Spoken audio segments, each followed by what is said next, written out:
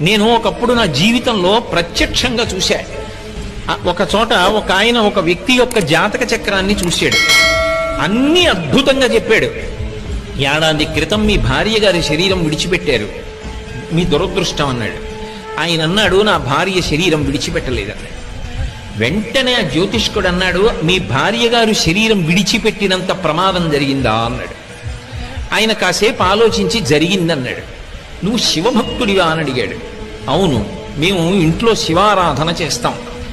శివారాధన చేయడం అలవాటుగా చాలా తరాల నుంచి మీ ఇంట్లో ఉన్న కారణం చేత యథార్థమునకు శరీర పతనమైపోవలసిన నీ భార్య శరీరము పడలేదు, అంతవరకు తీసుకెళ్లి వదిలిపెట్టించేశాడు ఈశ్వరుడు.